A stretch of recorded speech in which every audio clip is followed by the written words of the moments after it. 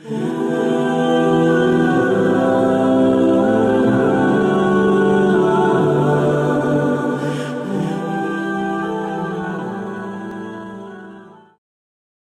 علیکم ورحمۃ اللہ وبرکاتہ۔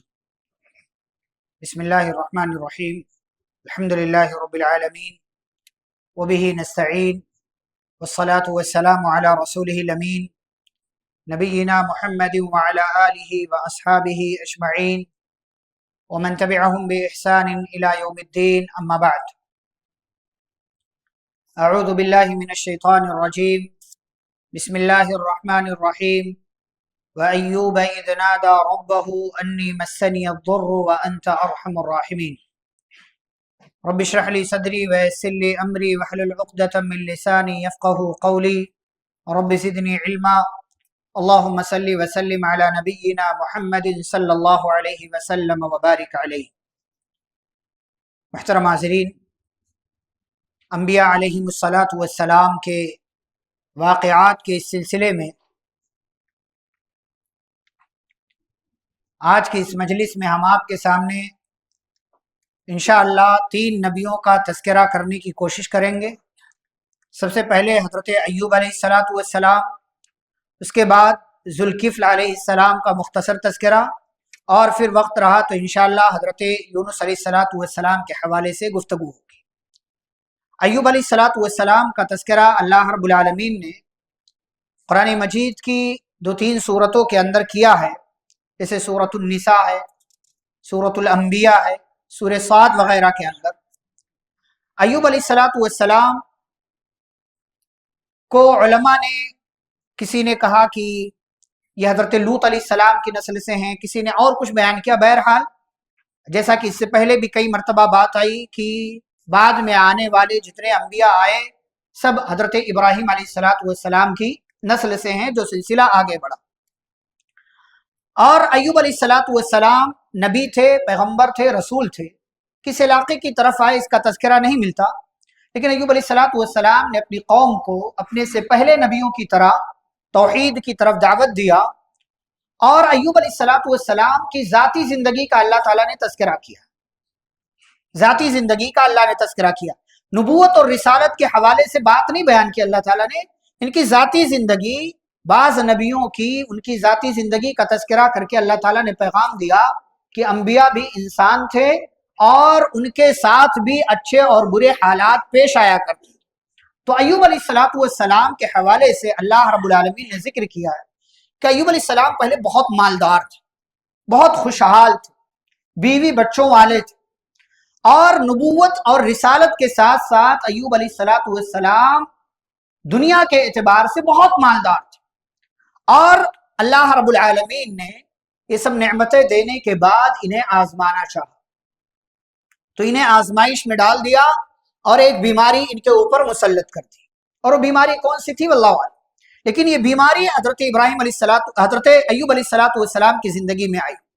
بیماری بڑی لمبی ہوئی، اتنی لمبی کہ رشتہ دار تھک گئے، چھوڑ کر چلے گئے، دوست و احباب ساتھ چھوڑ کر چلے گئے، کئی اولاد ختم ہو گئی، بیویاں کئی ایک تھی وہ بھی چلی گئی، ایک بیوی کے سوا حضرت ایوب علیہ السلام کے پاس کوئی باقی نہیں بچا، ایک بیوی کے سوا۔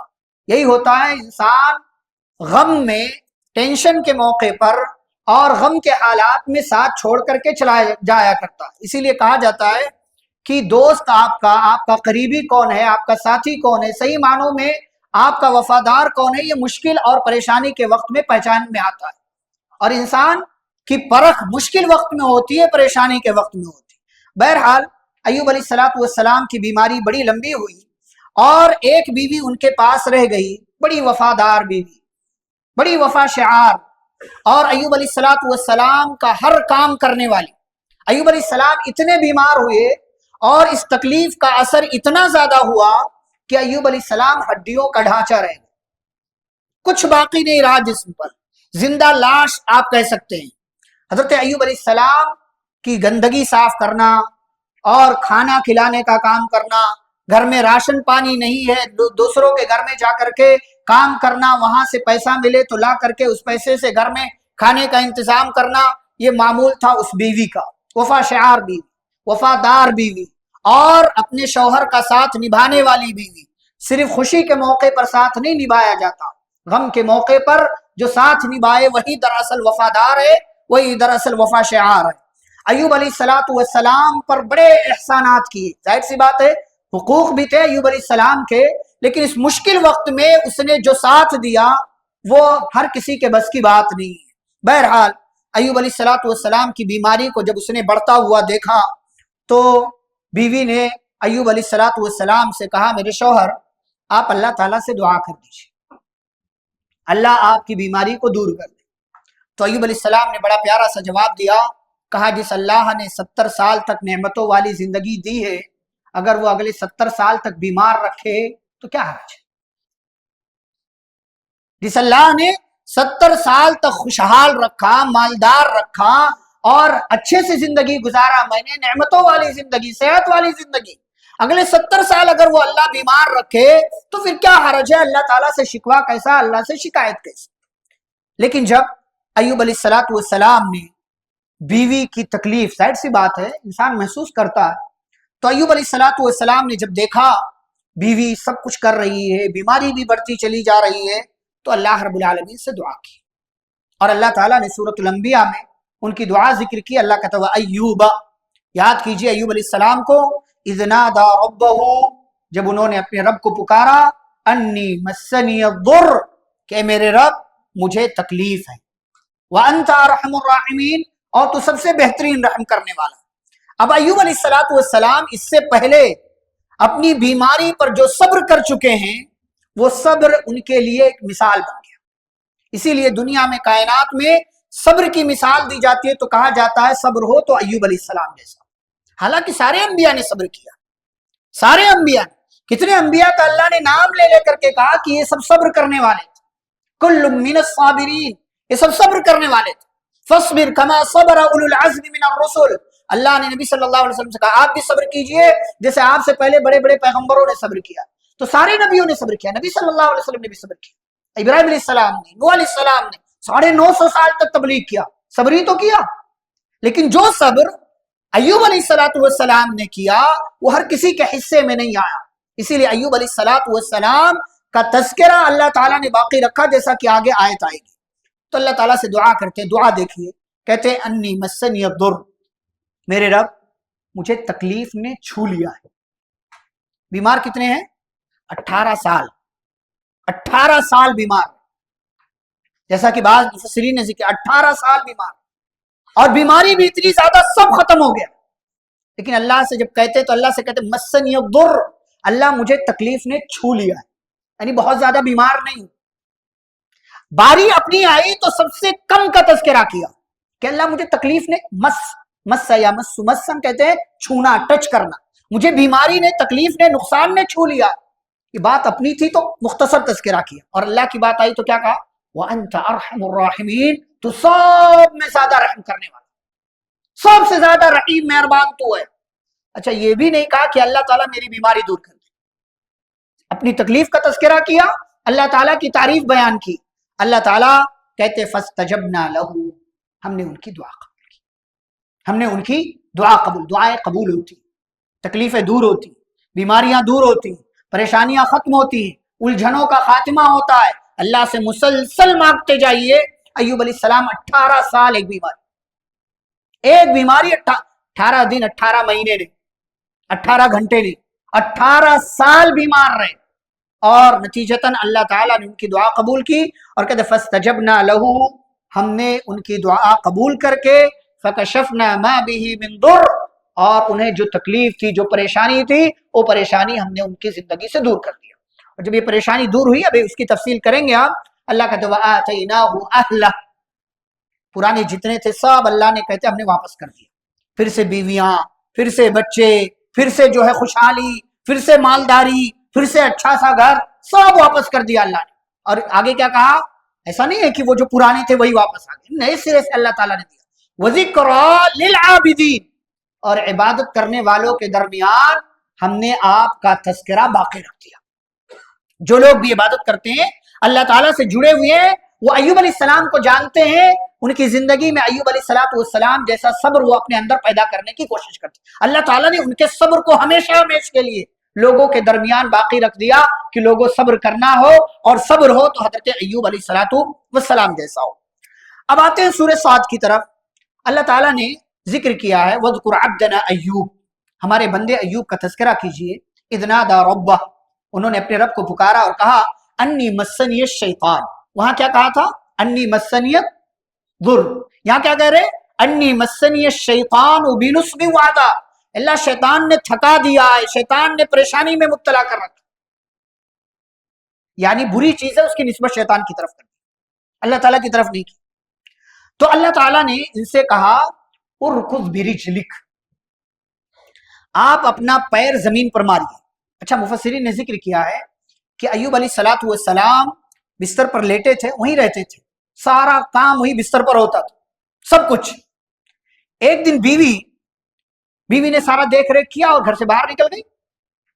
گھر سے باہر گئی، وہ اپنے کام کاج سے جو بھی کرنا تھا اس کو. ادھر ایوب علیہ السلام کے ساتھ معجزہ ہوا اور اللہ تعالیٰ کی وحی آئی، ایوب آپ اپنا پیر زمین پر ماریے.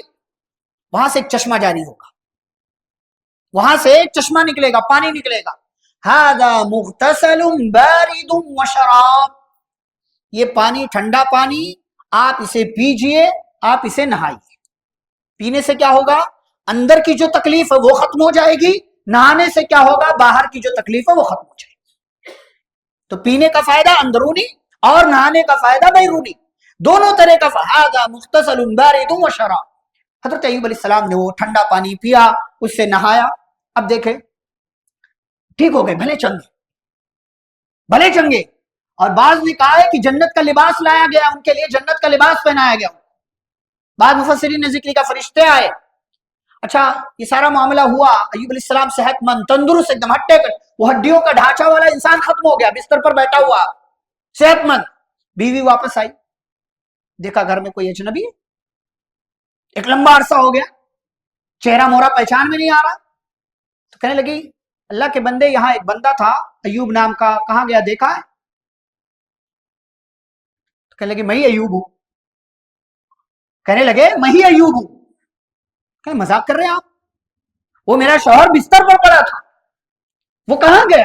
تو ایوب علیہ السلام نے پھر اسے پوری تفصیل بتایا کہ اللہ تعالیٰ کی جانب سے معجزہ ہوا ہے اور اللہ رب العالمین نے مجھے ٹھیک کر دیا ہے.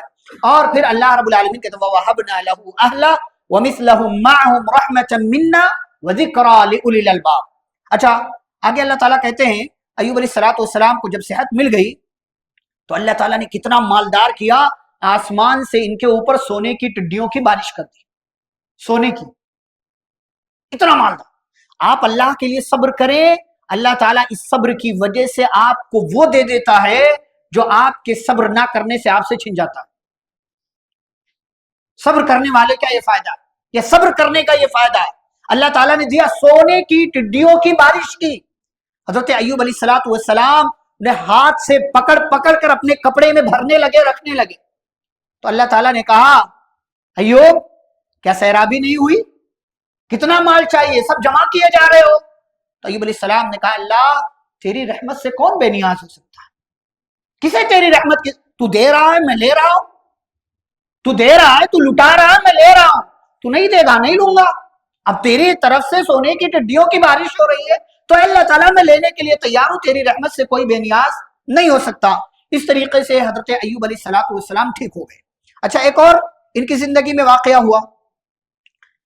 بیوی سے بیماری کے دوران کسی بات پر ناراض ہو گئے. ظاہر سی بات ہے، اتنا لمبا عرصہ چلا بیوی خدمت کر رہی ہے، وہ بھی انسان ہے، کچھ ہوا ہوگا، اس نے کچھ غلط کر دیا ہوگا. ایوب علیہ السلام نے کہا میں تجھے 100 کوڑے ماروں گا، اللہ کی قسم کھا لیا. اب جب ٹھیک ہو گئے تو قسم کو پورا کرنا تھا، تو اللہ تعالیٰ نے اس کا بھی حل بتایا. وَخُذْ بِيَدِكَ ضِغْفًا فَاضْرِب بِّهِ وَلَا تَحْنَثْ، کہ آپ جھاڑو کا ٹکڑا لیجئے، تنکا لیجئے، 100 تنکے جمع کر لیجئے اور اسی 100 تنکے سے اکٹھا کر کے اسے ایک بار اپنی بیوی کو مار دیجئے، آپ کی قسم پوری ہو جائے گی، آپ قسم توڑنے والے بھی نہیں ہوں گے. حضرت ایوب علیہ السلام نے کام کیا. اللہ کہتے اِنَّا وَجَدْنَاهُ صَابِرًا، ہم نے اسے صبر کرنے والا پایا.